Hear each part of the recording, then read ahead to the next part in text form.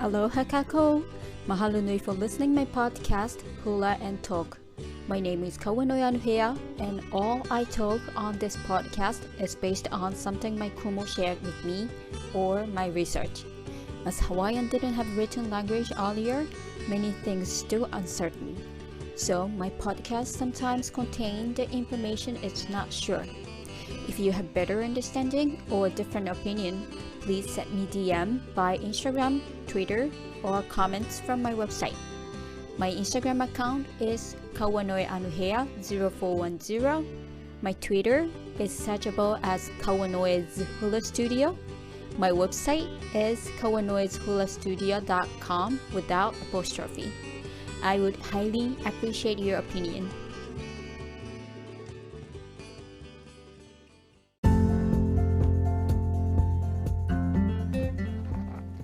This recording was made by Anchor apps.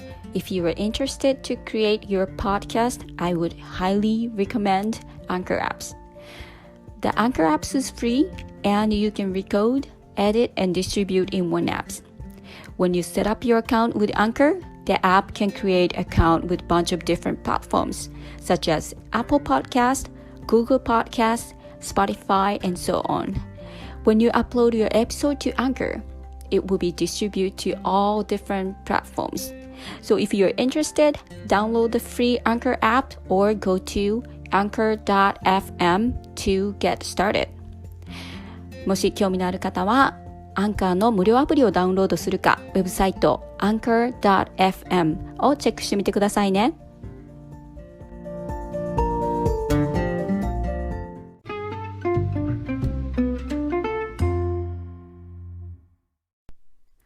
With last episode, I talked about how Kamehameha started to conquer all islands. Today is the episode about how he conquered Oahu and in Kauai.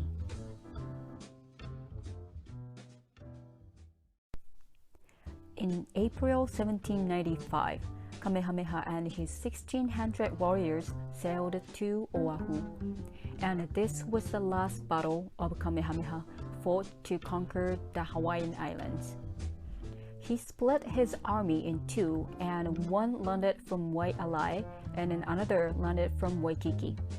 They marched towards the west where Kalani Kupule was. Kalani Kupule's first defense line was near the Punch Bowl crater. At here, Kamehameha split his army in two again and then let one half go straight towards to Kalani Kupule. One half fought at Punch Bowl. Soon, Kamehameha defeated and went up to Nu'uanu from the other side.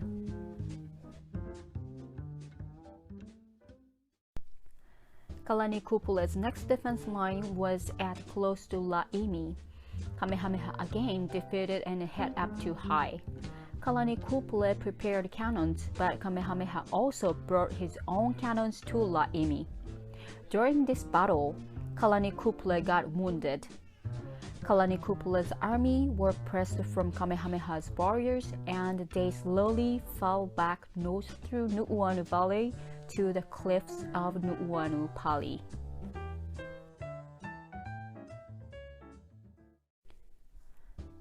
Over 700 Kalani Kupule's warriors either jumped or were pushed over the edge of the Pali. The survivors either fled into the mountains or were pushed over the steep cliffs of the valley to find death far below on the rocks. Others, fearing torture and sacrifice if captured, elected a quick death by jumping into the deep crevice below.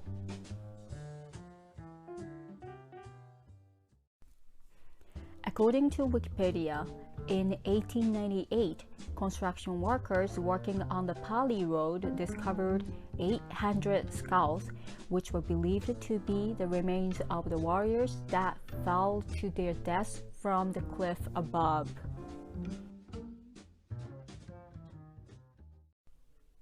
Kalani Kupule, the defeated Oahu chief, managed to escape, and it took several months to find him. Once found, the fugitive king was sacrificed to Ku, the war god, at the heiau at Moanalua. Now, Kamehameha conquered Oahu.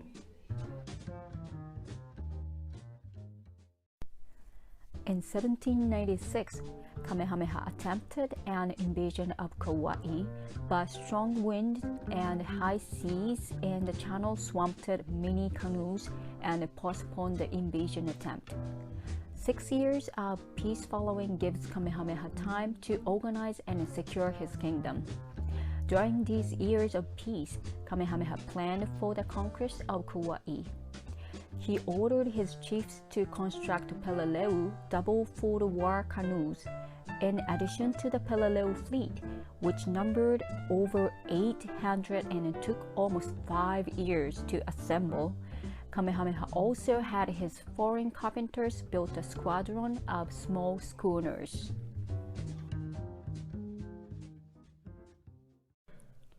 Hilo was capital of the kingdom for the 6 years between 1796 to 1802. Kamehameha organized his government by first choosing a governor for each island. He made laws to protect both chiefs and commoners. He encouraged the people to raise food and fishes. Also, trading with foreign ships was recommended. Kamehameha was friendly to people of all nations.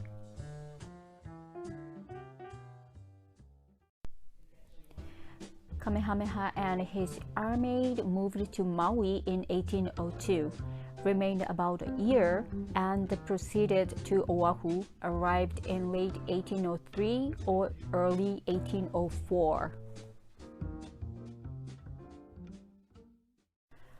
In 1804, Kamehameha was about ready to launch his invasion on Kauai in the spring. Then, a terrible pestilence appeared called oku'u by the natives. Spreading swiftly, it decimated the population and destroyed many prime chiefs and warriors of Kamehameha's army.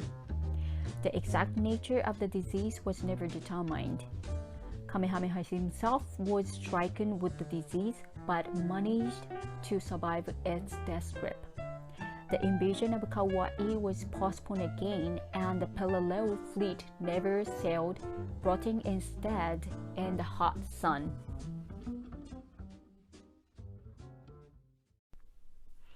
In 1810, Kamehameha and Kaumoali'i, ruler of Kauai and Ni'ihau, met in Honolulu. They agreed to place the two islands under Kamehameha's control and to allow Kaumoali'i to continue ruling Kauai and Ni'ihau until his death. Therefore, battles were fought by Kamehameha for Kauai and Ni'ihau. Now, for the first time, all the islands were united under one ruler. The prophecy of Naha Stone was finally fulfilled.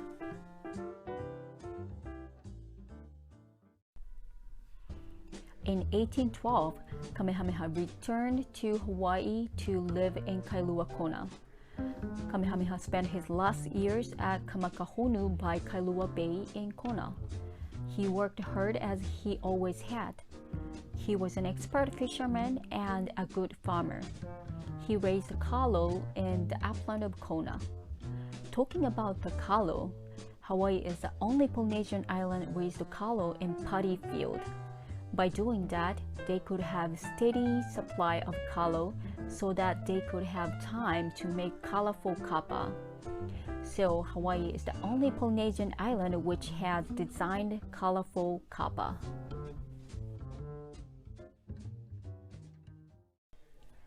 Kamehameha rebuilt a heiau and carved tall images of ohia wood.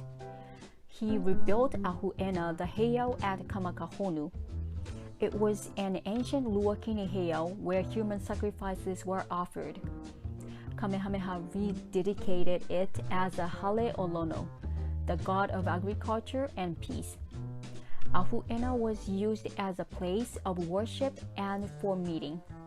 A hu'ena is inside the courtyard by Marriott King Kamehameha's Corner Beach Hotel at Kailua Kona.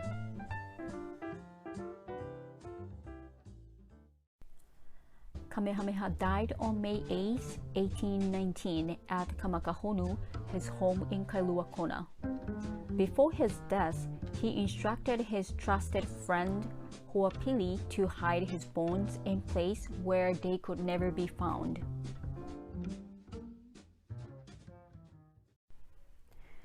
It was an old custom to hide the bones of beloved chiefs.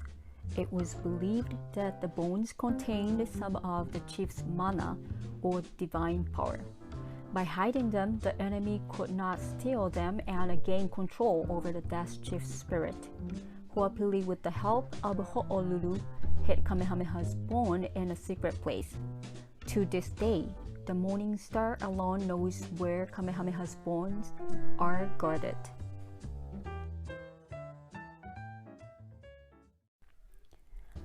The custom of killing the one who hid the bones when he returned so that the hiding place could never be revealed was forbidden by Kamehameha.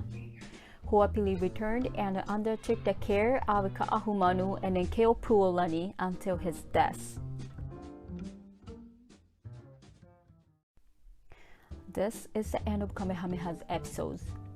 I hope you enjoyed my podcast. If you think it's worth listening, I would really appreciate your donation from my website.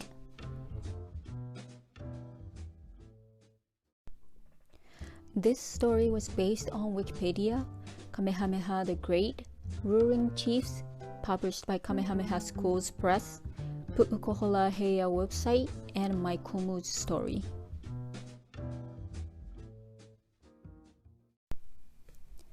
Mahalo nui for listening my podcast Hula and Talk. My name is Kauanoeanuhea. The background music during the main story was from censussocket.com by Ambience.